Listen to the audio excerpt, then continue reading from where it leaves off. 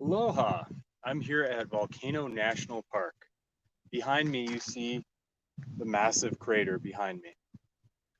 Uh, it actually has collapsed in quite a bit since the lava left. That was supporting the crater, and now the floor of the crater collapsed in and it's formed a giant lake at the bottom. But it's an interesting place. It was a holy and sacred place that the ancient Hawaiians would go. And it was similar to Mount Sinai for the Hebrews. It was a place to directly connect to the gods. There was just massive power, and if you could be here, you could feel it, especially if you walk down into the crater. You can feel the energy of the volcano. And the energy of the volcano is that of the phoenix. It's a physical embodiment of the phoenix. It is destruction and rebirth at the same time. It has destroyed so much. It has taken so many houses. Yet at the same time, it has created new land and new beaches here in Hawaii, new hot ponds here in Hawaii. So it is the physical embodiment of the phoenix.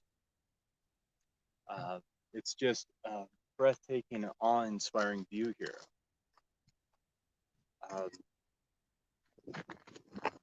Unfortunately, parts of the park are closed off due to the pandemic. Yeah, it's kind of crazy landscape right now. You turn here, turn there, everything's closed. But being out here at the crater, this is one of the areas that are open. It's just absolutely beautiful, absolutely breathtaking. Being up at high altitude, being here out in the elements next to the crater, it's such an amazing experience. And connecting with the energy of just sheer power of creation and destruction, just sheer energy. We oftentimes talk about, especially in the Peruvian tradition, the left side of the mesa, or the side of power. Power can be used for light or it can be used for dark, whereas the lava, it is just sheer power. It makes new land, it creates new land. There's new islands being made in the Pacific from volcanoes. These Hawaiian islands were created from volcanoes. So, yes, it has the power to destroy. It paved over many houses,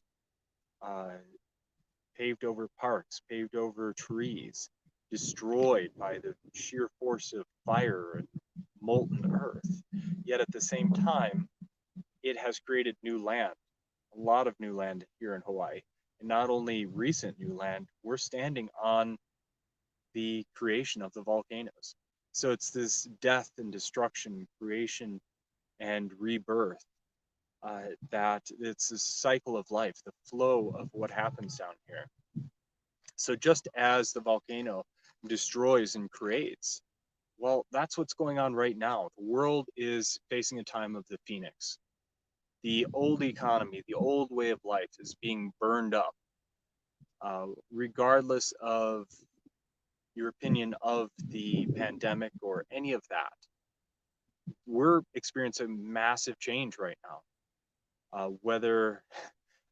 Regardless of how you look at it, there is a massive change happening. The money, we're facing hyperinflation. So the dollar and pretty much every other currency around the world is going to be worthless. This happened in Germany right before World War II, where to pay for the reparations from World War I, Germany got slapped with massive reparations in the Treaty of Versailles, which caused them to print out more Deutschmarks, until the Deutschmark became worthless because there's so many. So think of it in terms of this. Say there's $100 in existence and I owe you $50. I print it out, so there's $1,000. And I go, okay, I will give you your $50 back. Well, all of a sudden, that original 50% control of the currency no longer exists. You control a much smaller portion of the currency. So that's actually currency wars, what's going on. So as far as like debt to China and other places where the United States has borrowed money from,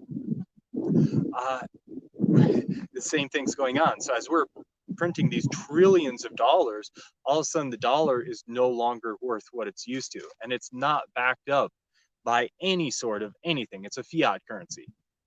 It's not backed up by gold, not backed up by silver. The only thing it's backed up is by the gun. The American military says that the dollar is worth it because there's a gun behind the dollar saying it's worth it. But as we continue to print more and more and more money out, there's hyperinflation going on. So that can only go on for so long before everybody realizes how worthless the currency is. Especially with all this money being printed out and pushed into everybody's bank accounts, and it just money's being printed out quicker than it can. So what's going to happen is all of a sudden the dollar is going to get dumped as the reserve currency for the world, and that is not going to be a good thing for Americans. It's going to be a huge shift in the world economy as a whole. Now, this is not just a problem in the United States. This is around the world with the global economy getting crushed by the pandemic. So what's going to happen? We're either going to have to go to a cryptocurrency, Bitcoin. There is only so many Bitcoin ever produced, and that number is limited. So you can divide a Bitcoin into all the way down to thousands and 10,000s of a Bitcoin. So that's how you get like values similar to a dollar in a sense. But there's no more Bitcoin being printed out. So it will never have that hyperinflation effect. There's other ones out there. Governments are actually looking at creating cryptocurrencies, or a gold-backed currency. That is where the economy has to go. This fiat currency is no longer working. It's no longer going to be worth anything. In fact, right now, a fiat currency is not worth anything. It's just worth the IOU that the government says it's worth. But what's going to happen? It's going to be a whole shift of the economy. So all the top has consumed all the dollars, whether it's in the United States, where we get paid very, very little. However, we have a very low cost of living, or whether it's Australia, where they have an extremely high cost of living and the pay is very high as well. So for like a waitress or a barista, sometimes they can get almost $30 an hour. Well, everything costs a lot. For a car registration or license plates, it's almost $1,000 per year in Australia. In Ohio, it's like 30. So it's this huge difference. There's a giant disparity of the dollars getting paid here, the dollars getting paid there. However, things are cheaper here in the States. So the economies have been designed to just barely keep your head above water. So you can barely survive. So you can barely make it. And I mean, that's the story around the world, whether it's in Mexico. Everything costs so very little, except for in tourist areas where they get paid in pesos and have to buy things in dollars. They have to work insane long hours just to be able to barely survive. But any part of Mexico, there's a really big struggle. There's a giant class stratification. There's those who have and there's who have not. And there's a big difference in that. It's really rough. It's very much a struggle to survive in Mexico. However, the rest of the world is rapidly going into that environment. It's really tough, and it's getting tougher. Remember back 20, 30 years ago where a family could make it pretty decently, pretty comfortably on a one-income household, and usually having 2 cars and a decent house, and you used to be able to buy a house. Well, now it's getting increasingly challenging. You have 2 and 3 generations living together to just barely make it. Multiple adults in the households working just to barely keep your head above water.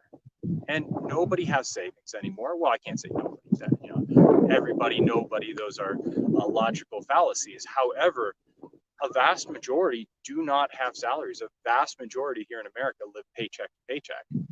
And even now, with everything being shut down just because a few people might get sick, now they don't even have that paycheck. People are struggling to wonder where their next paycheck is going to come in. Where is their next dollar going to come in be able to pay for a place to live in, to be able to pay for food, to be able to pay for the bare necessities. So many people here in Hawaii have had their livelihood wrecked, totally destroyed, because most of the economy is tourist-based here in Hawaii. That's where a lot of the money came in. That's where a lot of the business was based off of, whether it was a tourist shop, whether it was hotels, resorts, whether it was working for the resorts, whether it's construction for resorts. So much of the economy was based around tourism. And now that that tourism is not here, everybody's struggling. And to get the pandemic unemployment assistance, it's really difficult. They started handing it out to everybody, but then all of a sudden people are having it shut down and they're not receiving it anymore, yet the economy still remains shut down. They're demanding it back from people who genuinely deserve it. So these people that are struggling, have no income currently, they're demanding that they pay back that $5,000, $7,000, $10,000. Yeah, good luck trying to get blood out of a rock. So that's a huge struggle here in Hawaii and the world. The economies are shut down. I hear on the mainland that it's a lot better. Everything's opening up. It's kind of returning to life as normal. However, on Hawaii, everything's shutting down. We're up to a little over 80 people have died statewide from the COVID. However, to put that in terms of, I don't know how anybody's still alive with that many people dying here on the island. 80 people have died. Can you imagine that? However, to put it in terms and kind of perspective and framing it instead of just having a number floating out in space and it sounds all horrible, in 2017, 643 people died of the standard flu. So we're coming up on over 6 months of dealing with this pandemic, and we've just hit 80 people. Whereas the flu season in 2017 had 643 people die of the standard flu. Nobody had to wear a mask in 2017. The economy wasn't shut down in 2017. Okay, what's going on here? Even with the swine flu, the H1N1, many, many, many more people contracted it than the COVID. I forget the numbers right now, but it's a vast majority more people contracted the swine flu than the COVID. No one wore a mask, nothing got shut down, the economy didn't get destroyed. So what's going to happen here? When are we going to go, okay, the whole social distancing, the flattening of the curve, the wearing of masks was all to, just flatten the curve so the medical system didn't get overwhelmed. Everybody's going to get it. It's only a matter of time, but we're trying to flatten the curve. So, okay, curve flatten. It's been 6 months. When are we going to get back to life as usual? Was it Switzerland? There's a couple countries that just kind of let it run its course and they're back to normal now. Herd immunity established. Who got it, and they're back to living. Not here. We're still, so when is it going to end? It's going to end when the media stops talking about it. That really boils down to what's going to happen. All of a sudden, we're going to wake up one day and it's going to be gone, probably in December, probably after, the second Tuesday of November. It's just going to disappear. I'm not guaranteeing that, but it sure looks like that could be the case. Okay, the economy's trashed. The way of life that we used to know is trashed. What's going to happen? To rebuild, there's going to be major changes. What I would like to see is technology released. Tesla had a car, an electric car, over 100 years ago that ran on an energy generator, never needed to be charged, did not need any petroleum products to run.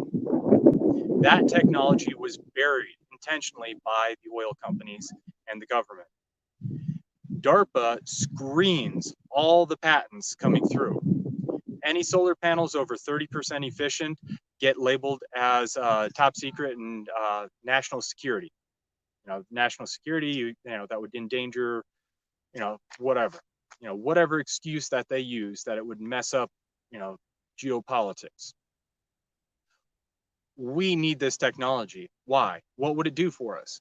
Can you imagine if you didn't have to buy gasoline?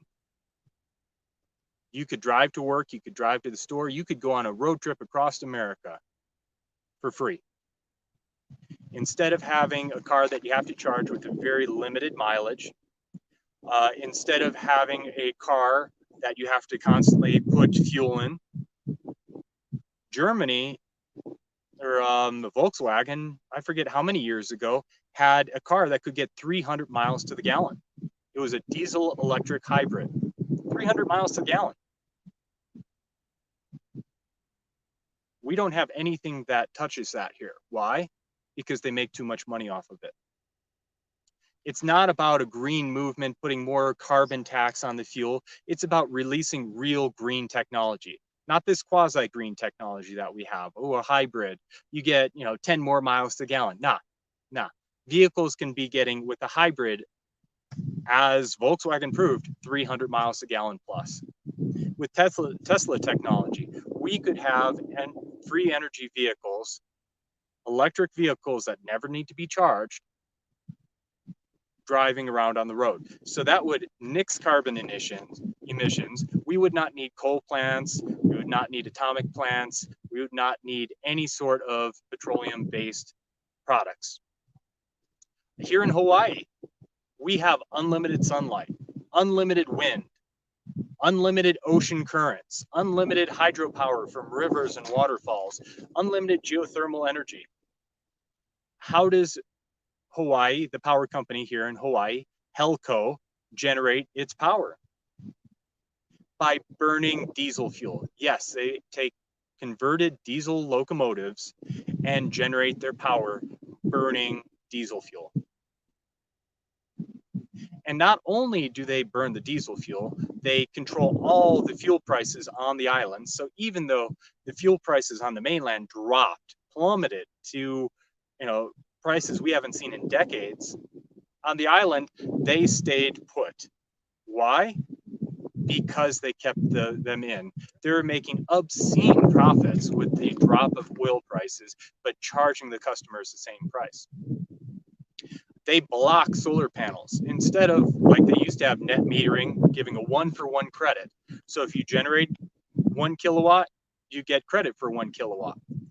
No longer do they do that. They give you a few credits at 10 cents a kilowatt hour when they're charging, I think, 43, or don't quote me on that. I've heard the sales pitch so many times, I should remember it. But they give you a fraction of what they charge between the hours of like 4 p.m. and sunset, instead of all day energy generating. So instead of going, okay, there's more people, there's more demand for power. Okay, let's let people generate energy and we'll pay them for that energy they generate. That would cut into profits. And not only that, there is a new power plant they're putting in.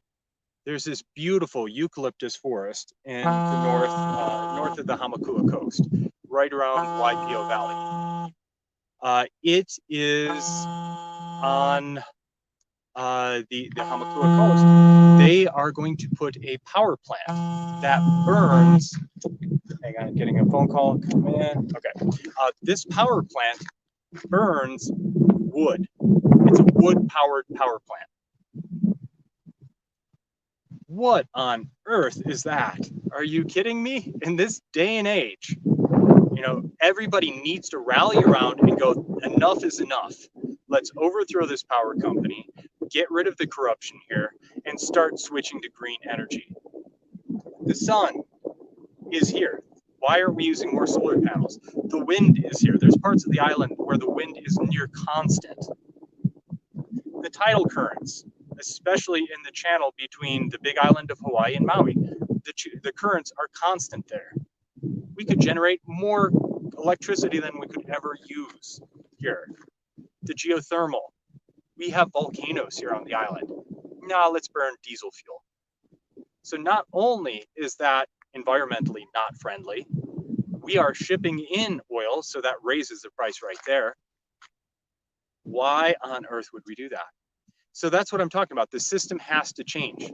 So if we release free energy technology, Well, we could never have to pay for fuel in our cars again, never have to pay for a power bill. We can use that energy for heating, for cooling, for every part of our life. We can even have dehumidifiers that collect water out of the air.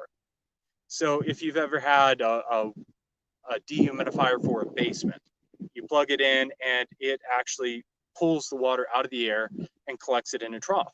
Well, if we can have large scale humidifiers on the roof or next to the house that collect moisture out of the air, it might use a whole lot of power.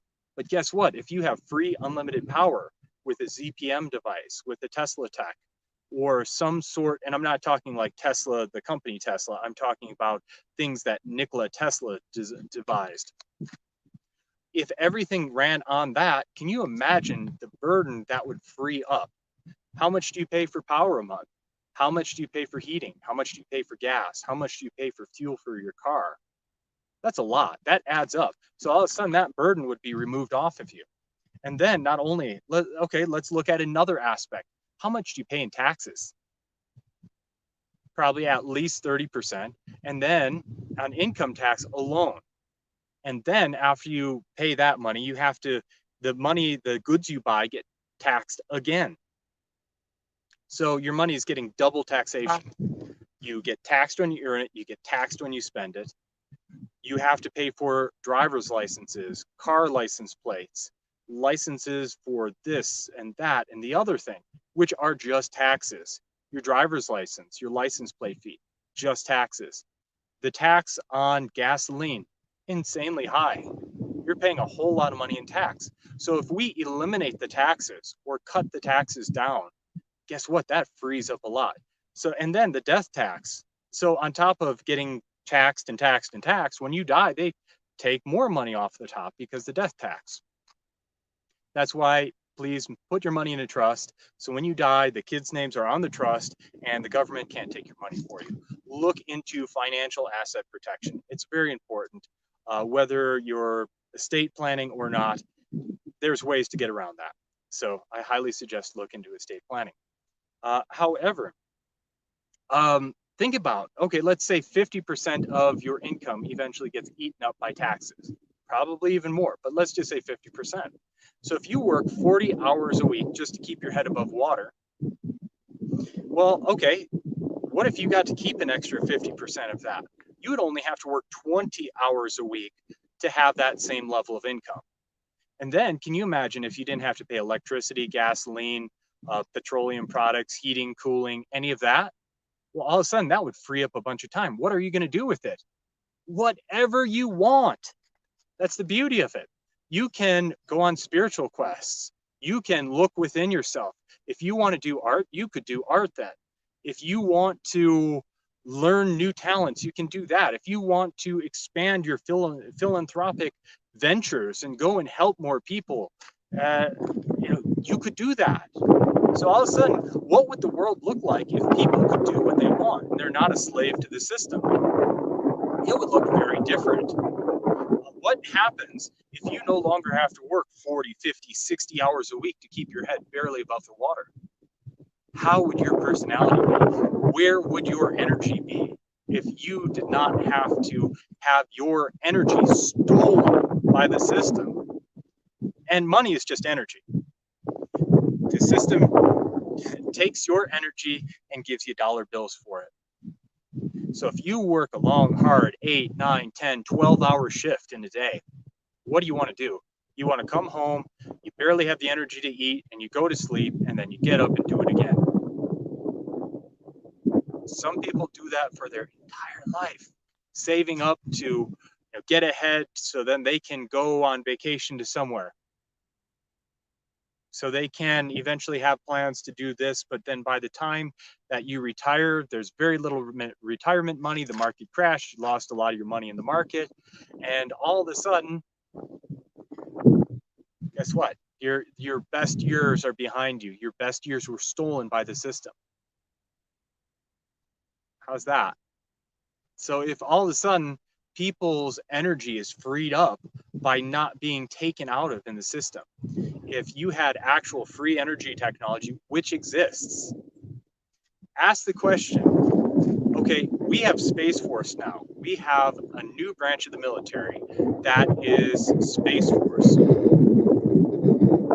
We don't even have a space shuttle that people are aware of. So how are we supposed to have a Space Force?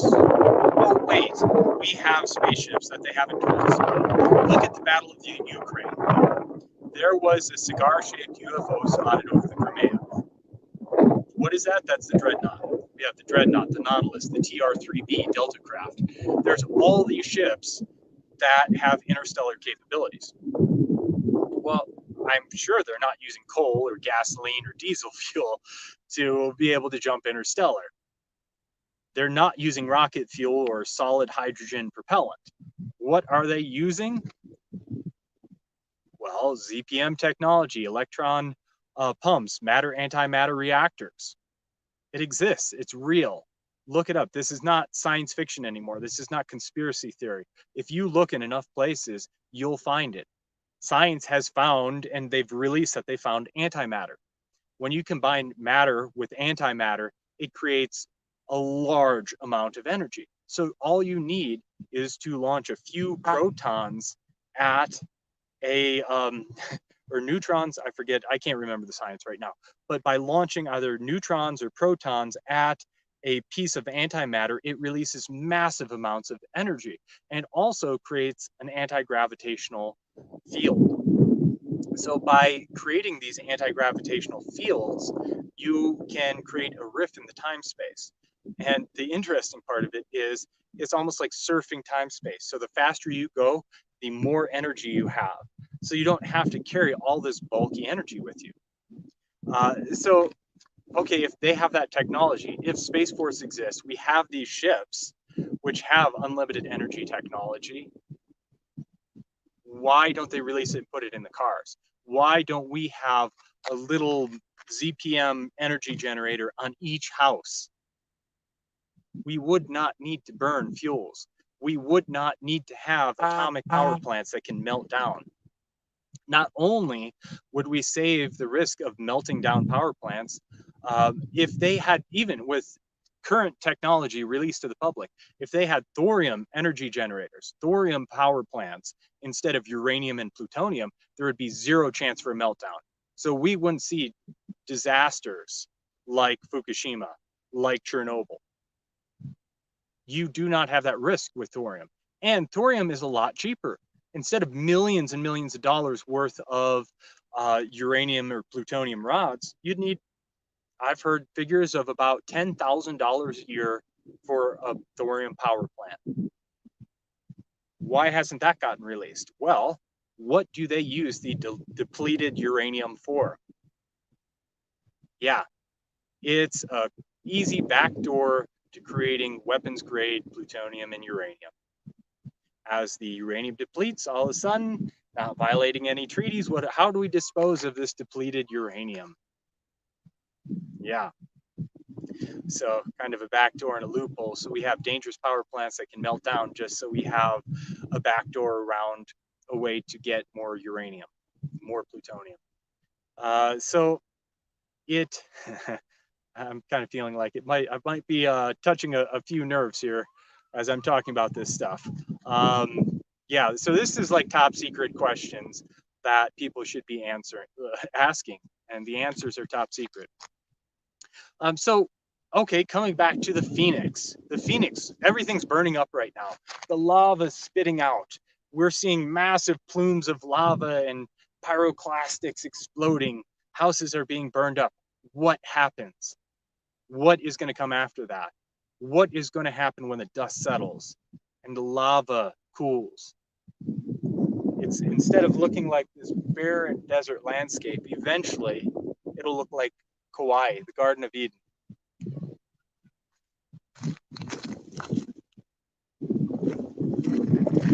It will look like Kauai, the Garden of Eden. So as the lava burns everything, creates new land, you then get spores from the ferns. You then get the seeds from the ohia, and they start growing. They're the pioneer plants on the lava. So all of a sudden, new life starts to grow. And then that composting creates more life. And then the wind, the birds, the ocean, the currents, everything brings new plants, new life to the islands until you have these islands which are tropical paradises. Kauai is the Garden of Eden. It is amazing. Long after any lava has cooled, it is so beautiful there. So that is the phoenix rising again. So you have this harsh, barren desert landscape, which then, is the phoenix burning up, the lava and pyroclastics coming up, destroying everything. We then have Kauai, the phoenix rising from the ashes. So how does that apply? What's going on? So as everything, the volcano's spitting out, everything's getting burned up, everybody's losing their job, the economy is getting trashed and destroyed. The old ways we knew are being eliminated. So what's going to happen now? Well, there's people that are being held accountable.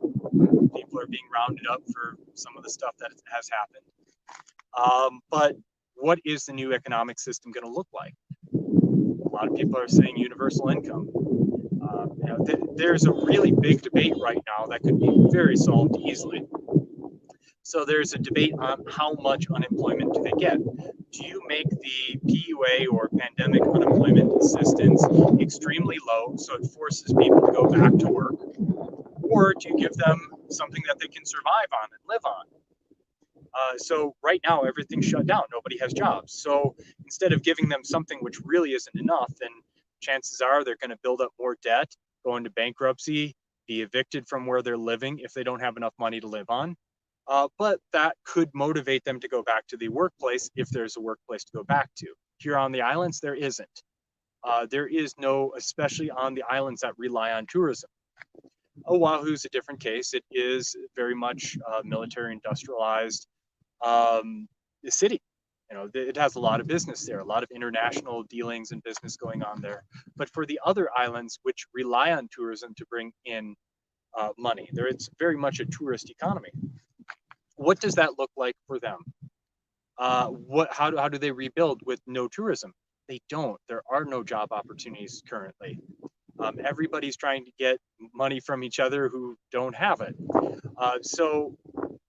Okay, the question is, okay, do we pay them enough to where they're not motivated to go back to work because they're getting more money from the unemployment than they would if they had actually gone to work and spent 40 hours of their life and given up a lot of their energy.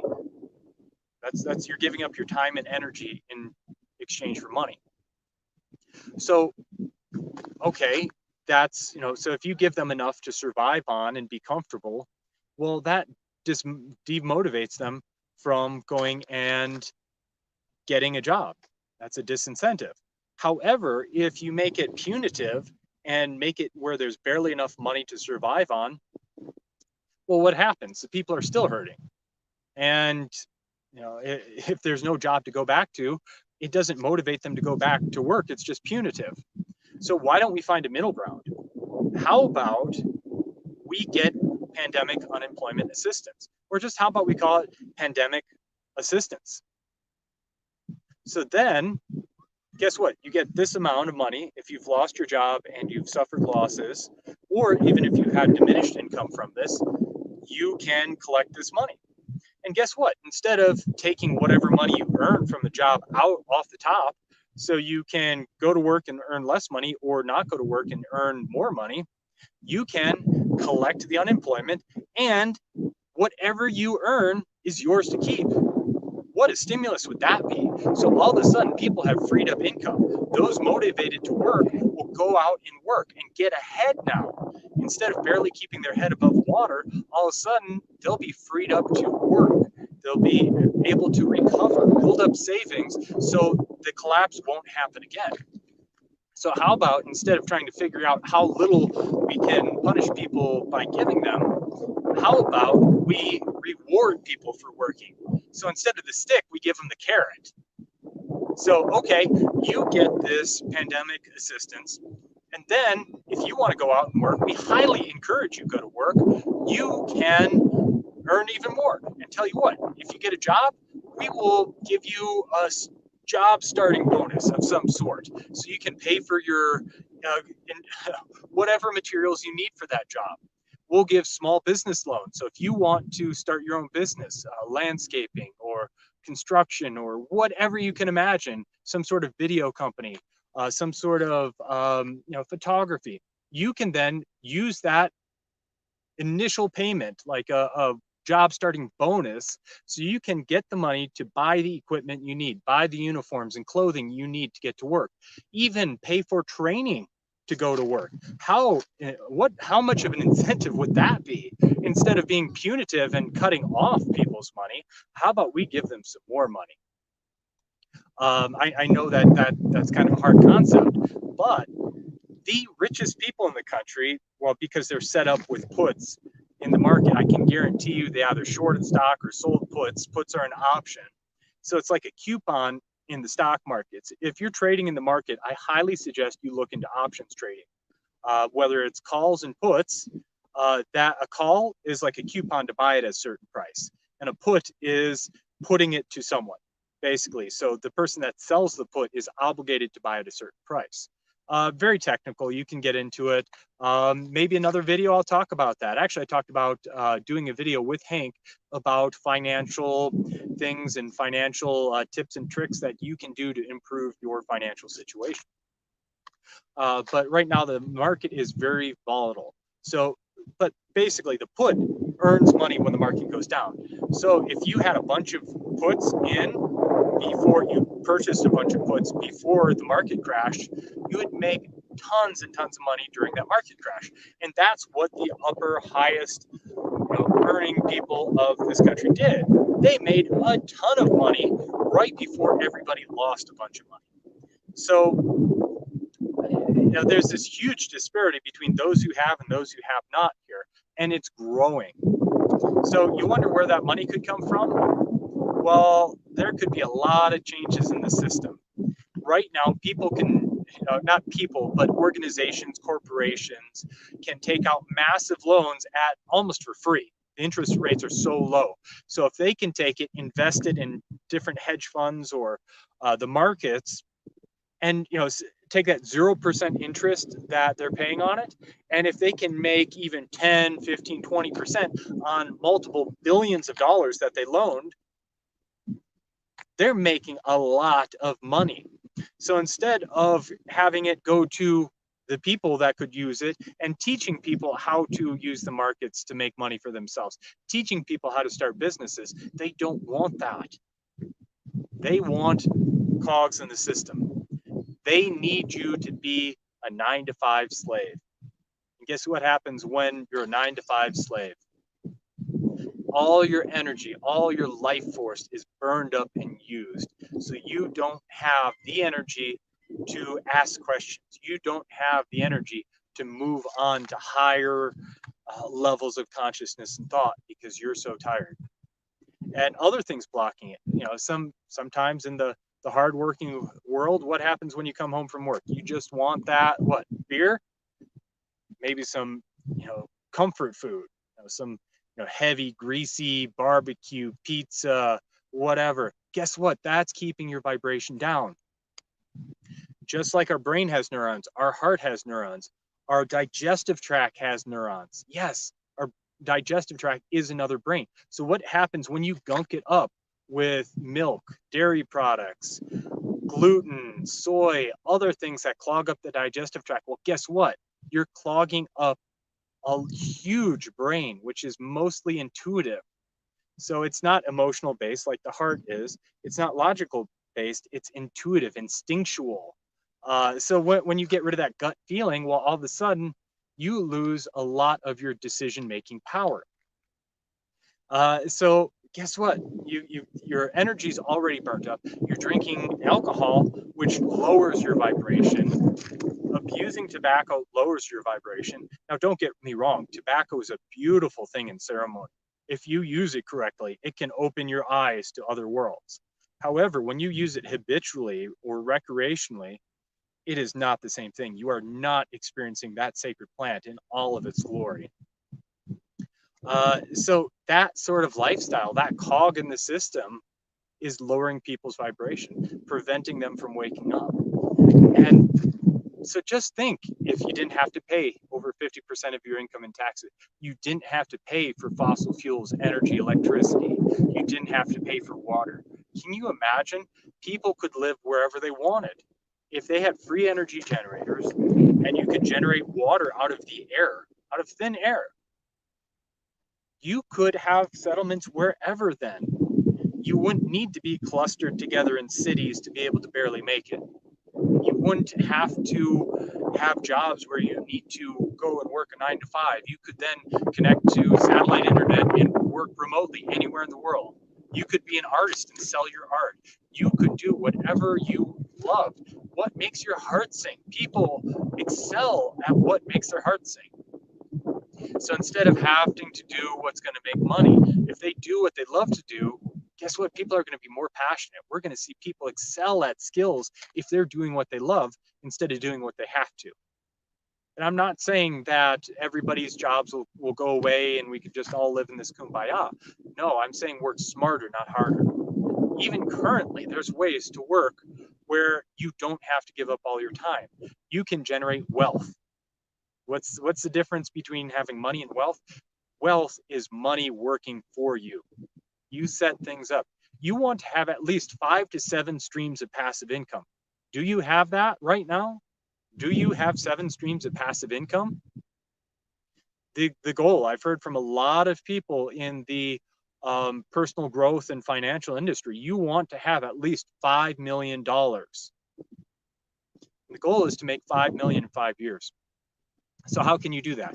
Passive income, whether it's drop shipping, whether it's through investing in the stock market, whether it's trading, the options market, whether it's Forex, commodities. Well, commodities are very technical. Unless you know what you're doing, stay out of commodities. You can lose a lot of money. Whereas, so you can lose a lot more than you actually put into it. Whereas options, the most you can lose is how much you put into it when they expire, if the trade goes against you. But there's ways to actually put stops in and prevent that from happening.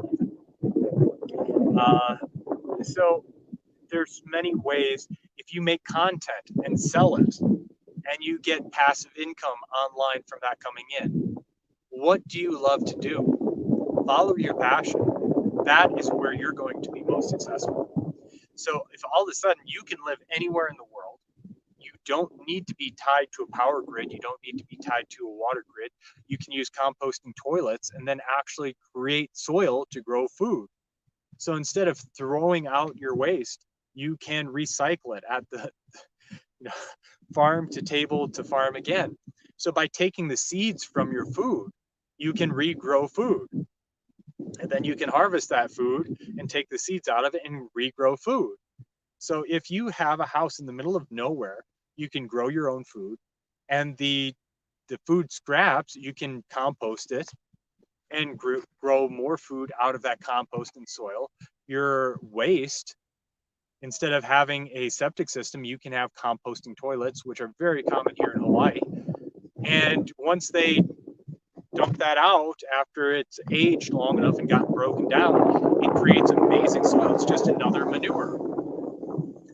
So that if it's not about changing, the financial system, it's about changing the world. So instead of, I lost my train of thought there. Squirrel. And it's not even about curing world hunger. Isn't figuring out how we can grow more cornfields or more soybean fields. No, it's about changing the way we eat, creating food forests, especially in tropical climates. You can grow more food than you could imagine with here in Hawaii, we get to be very selective about the avocados we eat. We get to be very selective about the fruit we eat because there's more of it than you could ever eat. So you just eat the best of it. So if you can have food resources like that, so instead of looking at massive factory farms, how did the natives do it? How did the Aboriginal people do it? How did the indigenous people do it before this factory farming happened? They had civilizations more massive. There's more people on Hawaii before Captain Cook came than there is now. They didn't have containers of food coming in to fill Walmart. How did they do it? They grew their own with old methods of permaculture. My good friend Rocky, the kahuna, he is teaching me these methods, and it's really amazing. It's very simple, and you can almost have it set on autopilot. So it will actually water itself, grow itself. And it's really clever. In Mexico, they would grow Mexico City in Tenochtitlan by Teotihuacan and well, Tenochtitlan is where the modern day Mexico City is. They would have floating gardens. So the roots of the plants would get watered by the lake. Then you dredge up the silt from the bottom, put it on the top for new fertilizer and highly fertile soil.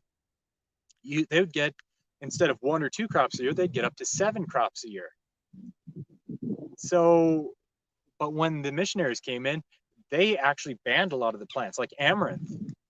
That was way more nutritious than corn, way more nutritious than some of these other foods forced on the natives. But why? Because it grew wild. It's what I call a feminine plant. It grows wild.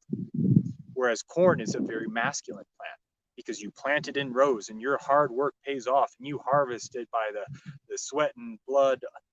So yeah, that's very inefficient, but it was very much aligned with the missionaries coming over.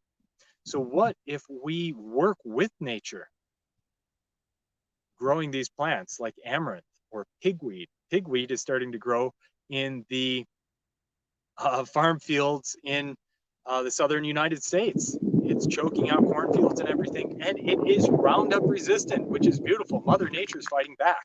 So what happens if instead of trying to grow this corn, which really we can't digest the corn, if you ever looked in the toilet after eating corn, you know you can't digest the corn. It doesn't do anything. And then making corn slop out of it, that is worthless. It's empty calories, and people swigging corn slop in soft drinks, look at their health. And if you drink soft drinks, if you drink Coca-Cola, if you drink Pepsi, Mountain Dew, oh good God, please stop drinking that. It is the least healthy thing you can do for yourself. Cut out refined sugars, especially corn slop. It's bad. So if we eliminated corn and started growing more nutritious foods like amaranth, quinoa, other native foods that have a lot more nutrition.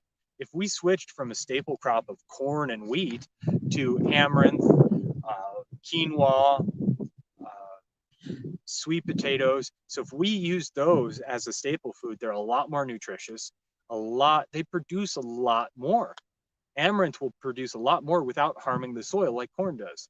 So it's not just about changing the financial system or political regulations or giving out more money and grants to increase food production. It's about changing the foods we grow, changing the foods we eat. So if you want to lose weight, if you're overweight and you want to lose weight, you go on a diet, right? You drink your Slim Fast in the morning, and then you restrict your calories, and oh, okay, you did great. You hit your target weight. You got down to where you wanted to get to. Okay, you can go back to the way you're eating before. What? Why? It's not a diet. A diet doesn't work. And by diet, I mean a period of time where you change what you're eating. You need to change your lifestyle, change what you eat. So, and a big part of it is, what foods are you sensitive to? When I figured out that gluten wasn't good for me, soy wasn't good for me, if I'd eat it, I'd get sick. But I was so sick all the time, I didn't even realize it. When I eliminated gluten, soy, corn, dairy, eventually meat, out of my diet, the weight just fell off. And now I cannot eat enough food or calories to put fat on. It's amazing. I struggled with weight issues my whole life. I had to work out really hard and watch my diet and eat, restrict my calories. Now I cannot eat enough food to put fat on. How did I do it? By listening to my body. So if you notice, and a lot of people that I talk to, if you really pay attention, Your intuition, your body has told you, and you already know. Like if you eat pasta sauce, oftentimes people talk about getting heartburn. If you eat barbecue or pork, oftentimes you get heartburn. That's your body telling you it doesn't want that food. Not, oh, I should go take some Zantac or Pepsid AC or Tums. You're masking the symptoms. What if you have chronic pain in your body? Well, the nightshades. So tomatoes are nightshades that cause a lot of inflammation. So what if not only nightshades, you have gluten? Your body doesn't like the gluten, causes inflammation. Even corn causes inflammation. So then all of a sudden you're sore and achy. Well, I'm going to go take some Flexerol, or I can't remember the newest, latest fad arthritis prescriptions out there. Well, how about you eliminate what your body doesn't like, eliminating the inflammation, and then curcumin, the main ingredient in turmeric, and pepperin, the main ingredient in black pepper. That reduces inflammation right there. And then maybe you're also sore from a magnesium deficiency. Magnesium deficiency will also cause depression, even suicidal depression. So if you eliminate that, so instead of looking for a quick fix of masking the symptoms, psychology is great for this. So instead of, okay, why are you depressed? What happened? What's going on? What inner issues have you not dealt with? Oh, you're upset? Here's some Prozac. What? So it turns them into a robot so they can't feel anything. Instead of fixing the problem, let's diagnose the cause of it and fix it. Instead of trying to, mask the symptoms, let's fix the problem. That's not very much happening in society today. So what are the problems around poverty? What are the problems around pollution? And let's not just go, oh, let's put a carbon tax on it. What is a carbon tax going to do? The carbon tax is going to go right into the pockets of the politicians that are causing the problem.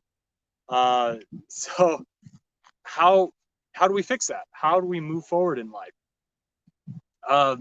It's going to take major changes, and change isn't going to come from the mindset that got us there. So the same actions, the same thinking, the same strategies that got us where we are now cannot fix the problem for the future. More same thinking is going to get more same results. We need right thinking right now. If you're overweight, look at your diet. Don't go on a diet. Don't drink Slim Fast. Have you read what's in Slim Fast? It's really, really terrible for you. Look at a good, one of my favorites is Sun Warrior. Not that I'm getting paid, but hey, if y'all want to sponsor me, I love Sun Warrior products. So Sun Warrior Illuminate Complete Meal Replacement. You have vitamins, minerals, healthy fats, protein. All of it's vegan based. Most of it's hypoallergenic. Most of their products are hypoallergenic. Absolutely love it. Very complete products. With my very restrictive diet, it actually meets my requirements, and I feel great on it. So instead of Slim Fast, read the label. Instead of looking at the calories, counting calories, count the ingredients. What does it have in it? Can you pronounce the ingredients? If you cannot pronounce the ingredients, if it has things that sound like they came out of a lab, it's probably not good to eat. Boycott it. Tell them we want real food. They put polymers in McDonald's food.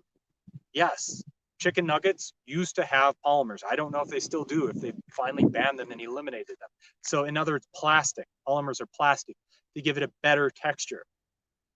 Subway was putting the same polymers in their bread that was used in yoga mats to give it a nice fluffy texture. That should be crimes against humanity. They should have to pay for what they've done to people. We need change in the future. We need to get back to real food and not just, this, hand waving. We need to really have sweeping legislation that is going to change this.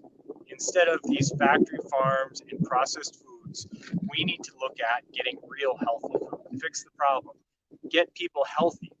It's not profitable to have healthy people, because what's that going to do? If people are healthy, that is going to collapse the medical industry. That is going to collapse the healthcare industry. That's going to collapse the pharmaceutical industry. What if we could just turn to plants? What if instead of Chantix, you could go out and take a safer alternative to that with a much higher success rate? Can you imagine that if there's something out there that worked better than Chantix at helping you quit smoking? Well, there is. The psilocybe genus of mushrooms, which contain psilocybin and psilocin, have an 80% success rate at quitting smoking cessation in 2 sessions. 2 sessions with 0 side effects. The psilocybe genus of mushrooms are one of the safest substances out there. 0 side effects, 0 liver toxicity, and a side effect of the psilocybe genus of mushrooms, it actually grows new neurons. Yes, it creates neurogenesis. So what about addiction? So instead of throwing people into a detox program where they might be clean for a little bit and all of a sudden they start using again, what if we used iboga? Iboga has a 95% success rate. Chipsa Hospital in Tijuana has a 90% success rate at curing addiction, not treating addiction, curing addiction over at least a 15-year study. 95% success rate. 40 minutes when the iboga kicks in, it eliminates all physical withdrawal symptoms. So whether it's DT, whether it's fevers, chills, nausea, any of it, gone in 40 minutes when it kicks in. Now, the side effects of the iboga is you have a journey. You go into journey space, a deep, vivid journey space, a spiritual journey that lasts anywhere between 12 and 72 hours. And you come out a different person on the other side. It heals you from the inside out. It cures the problem that caused the addiction. Well, hey, that eliminates some repeat customers. It cures everything from heroin, addiction to heroin, methamphetamine, crack cocaine, down to as little as caffeine and nicotine. And not only that, you have a massive spiritual awakening. Why is that illegal? That should be used clinically. That should be the go-to. Instead of people that get sent to court to be charged for drug charges, they should be sent to a clinical environment or spiritual clinical environment. When you do journey work, the environment is very important. So having a very comfortable, inviting environment, a warm, inviting environment where you're cared for and loved is very important. So if we can make these clinics that are very, I would like to do this. And if anybody's out there that would like to help me, please get a hold of me. So if you can create these to treat addiction like they are in all over the world, it's legal in Canada, it's legal in Costa Rica, it's legal in Mexico, it's illegal in the United States because pharmaceutical companies lose a lot of money. And I mean, it's even different in other countries. In Mexico, I got an eye infection and I went to the pharmacy, didn't need to see a doctor. I knew what I needed. It was an antibiotic eye drop. I can't remember the name right now. Usually in the United States, it's like $175 for a tiny little bottle of it. In Mexico, I believe I paid $3. I walked into a pharmacy, told them what was wrong, told them what I needed, and they gave me that antibiotic eye drop for $3. So you want to talk about, oh, we can't afford a new healthcare plan? Yes, we can. We can start cutting down on the profits that these major corporations are making. So why can we barely keep our head above the water? Whether you get paid a lot and everything costs a lot, whether you get paid a little and everything costs a little, because the system is designed that way. The system is designed to enslave you. So what happens if we, I'm not saying, somewhere between, I don't know even what it looks like. I can't tell you what it looks like. I can tell you what it feels like. So it's fair. It's just. So instead of people getting ripped off, instead of people getting poisoned so they can make more money, if we can make affordable healthcare, and I'm talking from the ground up, analyze the whole situation. Where does every little cent go in this system? So instead of saying, oh, we can't afford a new healthcare system, or we're going to force you to buy your own healthcare and we're going to punish you if you don't. Okay, what does it really look like to overhaul the healthcare system? What if these massive profits were not happening? What if people were getting okay, so the dollars to buy the prescription goes to pay for the prescription, the manufacturing cost, and goes to pay for research cost, and doesn't line the pockets of these uber rich corporations and individuals at the top of these corporations. What would that look like? What if we had a philanthropic healthcare system? What if we had a system that worked to help people? What if instead of having people get, pay for insanely expensive radiation and chemotherapy treatments, what if we had technology that could just wipe the cancer out, which already exists and has existed for a very long time? There isn't one cure to cancer. There's many cures to cancer. So what would that look like if we change that? How is the world going to look like when the phoenix emerges again? So right now, there's the world. There's the world. And that giant crater, that burned up desert, there's the world. What is it going to look like when it reemerges as the phoenix? Going from this burned out desert to the Garden of Eden to Kauai. So from the crater of the volcano to the island of Kauai, what does that look like? What is the process? What are the steps we have to take to get there?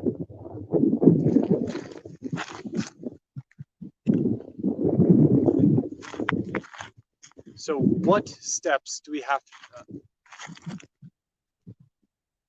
sorry, the other camera was recording. So what does it look like? What steps do we have to take to be that phoenix rising from the ash? How can we lift each other up from the ashes? And, as much as everybody talks about one people, one world, and well, there's a lot of different tribes. And yes, we can come together and work as one, but realizing that we are all separate from separate backgrounds, separate things. And, so that's okay. We're different. We speak different languages. We look different. We have different talents, abilities, propensities. It's okay. It's okay. And you don't have to be forced into interaction with others, but we have to get along. We have to be able to work with each other. So forced integration and desegregation is not necessarily the way. But what if we can all realize that we have differences and it's okay? It's okay we don't agree. We can agree to disagree. And guess what? That's perfectly fine. We don't have to figure out what everybody else thinks. We don't have to make everybody think like us. We don't have to be these missionaries that come in and stamp out old ways and develop systems that are our way and stamp out the old ways. No. Wow, you have a beautiful tradition over there. I honor and respect it. And if you honor and respect mine, we will have this mutual understanding and we can learn and share from each other. So that is how I base my travels. I come and I share my spiritual experience with whoever would like to learn. And I am open-hearted, open-eared, and open-minded to learning from anybody.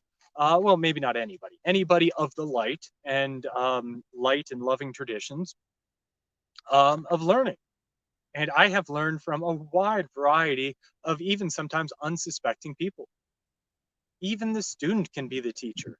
Oftentimes the student is the teacher, and the teacher should always be the student. So as my travels, I teach people. I teach a lot of people. However, I am always learning. And oftentimes the students ask questions which bring more answers. So I am learning from the students. So I'm sorry I haven't read everybody's comments, but it's a little bit hard the way I have my camera propped up right now. The comments are kind of covered. But thank you for watching, everybody. Let me see if I can look through some of those comments right now and see what everybody has said. You're very welcome for sharing knowledge.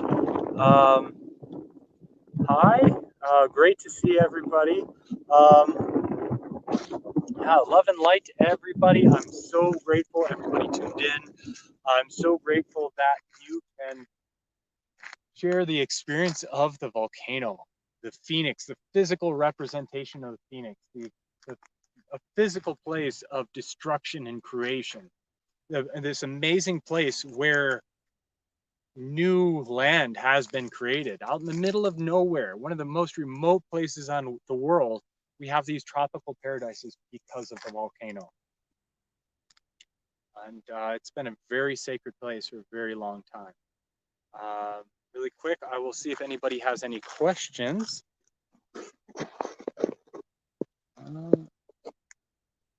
Okay, I don't see any questions. So I think I'm going to bring this for right now, at least to a close. Any final points? It's a little bit scary right now, but just know it's going to be okay on the other side. Even if the civilization collapses, Rome collapsed, the people survived. Greece collapsed, the people survived. The so many empires and civilizations and kingdoms have risen and fallen. It's okay. The Mayan Empire collapsed. The Aztec Empire collapsed. The Incan Empire collapsed. But the people remain. The people are still there. The Mayans are still there in the mountains. The Aztecs are still there. Mexicas are still there. The Cherokee are still there. The Lakota are still there. Their traditions are still alive. There's people who have carried on these traditions and this knowledge.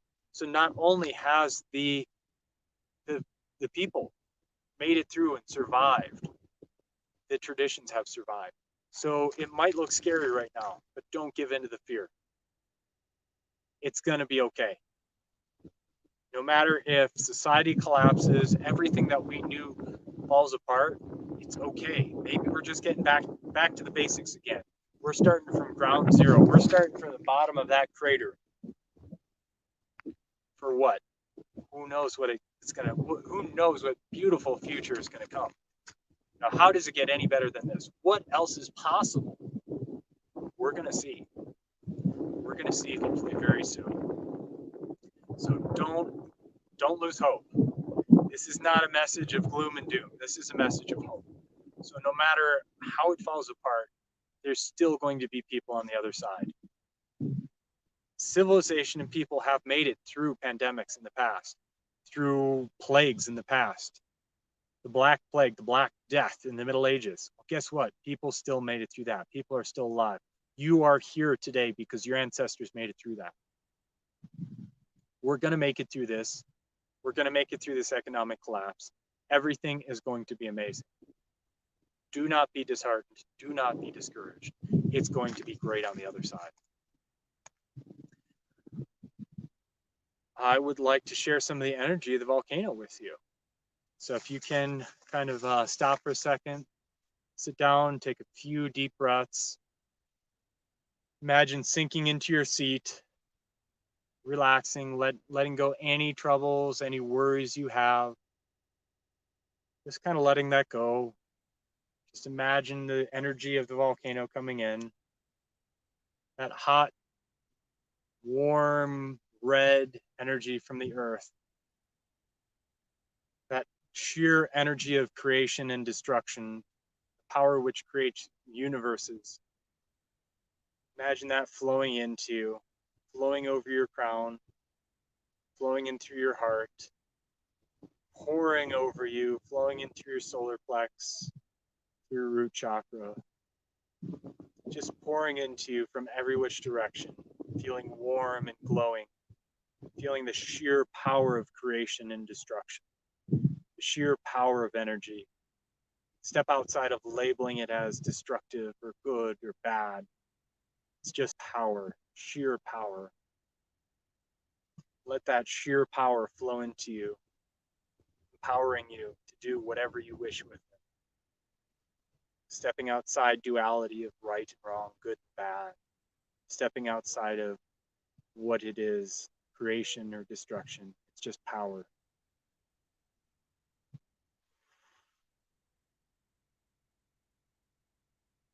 Let it empower you, build up your energy.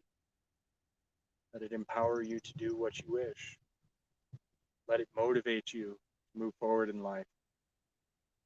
Let it motivate you to build beautiful new things. Let it motivate you to destroy the things that no longer serve you. You can eliminate what you want out of your life. You can build what you wish. You can create new beauty in your life.